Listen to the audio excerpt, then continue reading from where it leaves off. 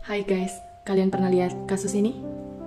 Ini adalah foto seorang wanita cantik bernama Kristina Joksimovic yang juga merupakan seorang mantan finalis Miss Switzerland tahun 2008. Ia juga berprofesi sebagai pelatih model yang cukup ternama dan terkenal di negaranya.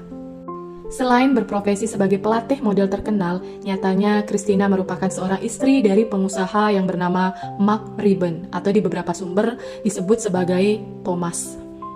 Dari pernikahannya ini, mereka dikaruniai 2 orang anak yang cantik, tumbuh sehat, ceria, dan juga pintar. Sekilas keluarga mereka tampak sempurna, tampak bahagia, romantis, adem, ayem, bahkan tidak ada kabar miring yang menyelimuti rumah tangga mereka. Seringkali mereka disebut sebagai couple goals dan menjadi panutan dari pasangan-pasangan lainnya, serta contoh dari keluarga bahagia. Namun, kebahagiaan mereka tak berlangsung selamanya. Berita-berita buruk pun mulai bermunculan.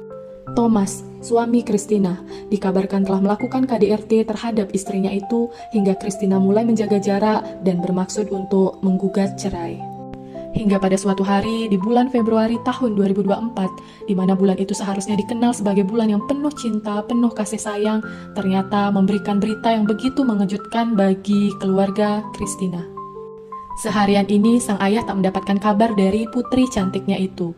Ia justru mendapat telepon dari sekolah TK cucunya yang merupakan anak dari Kristina.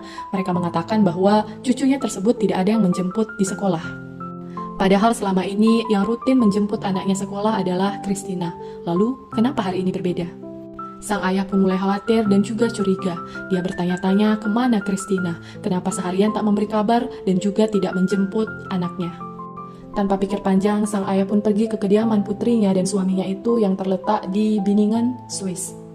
Namun sesampainya di sana, sang ayah tak menemukan putrinya. Ia hanya menemukan menantunya saja, yaitu Thomas. Sang ayah pun bertanya pada menantunya itu di mana putrinya berada.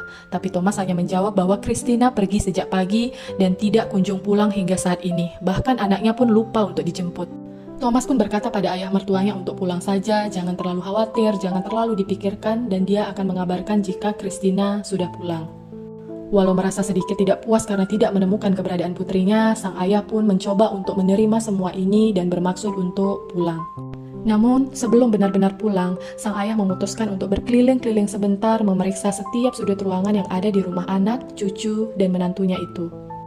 Entah datang dari mana perasaannya itu, mungkin karena feeling seorang ayah, feeling di mana ia harus melindungi putrinya dan cucu-cucunya, memastikan bahwa mereka aman di tempat ini. Ia pun menyusuri setiap sudut ruangan di rumah itu, hingga tibalah dia di sebuah basement yang ada di rumah itu atau ruang bawah tanah yang biasanya dipakai untuk